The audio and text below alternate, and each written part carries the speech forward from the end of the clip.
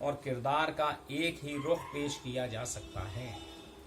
اس لیے چند جملوں میں یا ایک پیراگراف میں اس کردار کی پوری زندگی کا نقشہ پیش کر دیا جاتا ہے۔ مکالمہ، ڈائیلاگ، سمواد جسے کہتے ہیں، کردار آپسی گفتگو کے ذریعے کہانی کو آگے بڑھاتے ہیں اور کردار کی شخصیت مختلف پہلوؤں کو لے کر آگے چلتی ہے اور بے نقاب ہوتی ہے۔ کردار جس طبقے سے تعلق رکھتا ہے اس کی حیثیت و مرتبے کی مناسبت سے مکالمے ادا کیے جاتے ہیں۔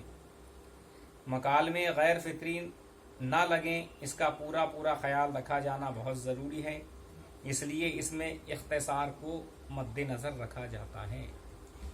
پس منظر یا زمان و مکان، مختصر افسانے میں پس منظر اور زمان و مکان کی اہمیت کو بھی تسلیم کیا گیا ہے۔ ہر کہانی کا کوئی پس منظر ضرور ہوتا ہے جو قصہ اور کردار کو سمجھنے میں ہماری مدد کرتا ہے۔ اختصار کے پیش نظر زمان و مکان کا افسانے میں بیک وقت ہونا نہایت لازمی ہے۔ اسلوب، ہر افسانہ نگار کا اپنا علیحدہ اسلوب ہوتا ہے۔ اسلوب کا اچھا ہونا یا برا ہونا افسانے کی کامیابی پہ اثر ڈالتا ہے، اور کامیابی کی دلیل تو یہ ہے کہ اسلوب دلکش ہو اور پر اثر ہو۔ افسانہ نگار کو اختصار کے پیش نظر چھوٹے چھوٹے فقرے اور جملوں کا استعمال کرنا چاہیے اور مرکزی خیال کو پیش نظر رکھنا چاہیے۔ واقعہ اور کردار کو اسلوب کے ذریعے ہی ابھارا جاتا ہے۔ یہ ایسا پہلو ہے کہ اگر افسانہ نگار اس پر توجہ صرف نہ کرے تو اس کا افسانہ ناکام ہو سکتا ہے۔ اور سب سے آخر میں ہوتا ہے نقطۂ نظر، یعنی ہر افسانہ نگار کے متعلق یہ کہا جاتا ہے کہ اس کا افسانہ نویسی کے سلسلے میں کوئی نہ کوئی مطمع نظر، کوئی نقطۂ نگاہ یا اس کا مقصد و منہاج ہونا از حد ضروری ہے جو اس کے افسانوں میں صاف نظر آتا ہے۔ جیسے راشد الخیری کے یہاں سماجی اصلاح، سجاد حیدر یلدرم کے افسانوں میں رومانیت اور پریم چند کے افسانوں میں حقیقت نگاری پر زور دیا گیا ہے۔ علاوہ اس کے آپ دیکھیں گے پریم چند نے جہاں دیہاتی زندگی کی ہمیں جھلکیاں دکھائی ہیں، وہیں کرشن چندر مہانگر کی زندگی کو ظاہر کرتا ہے۔ اس سلسلے میں میں صرف ایک ہی ان کے افسانے کا حوالہ دینا چاہوں گا، وہ ہے مہالکشمی کا پل۔ مہالکشمی کا پل بمبئی میں ہے، یعنی موجودہ ممبئی میں۔ جب کرشن چندر زندہ تھے تو وہ بمبئی کہلاتی تھی، اب ممبئی ہو گئی۔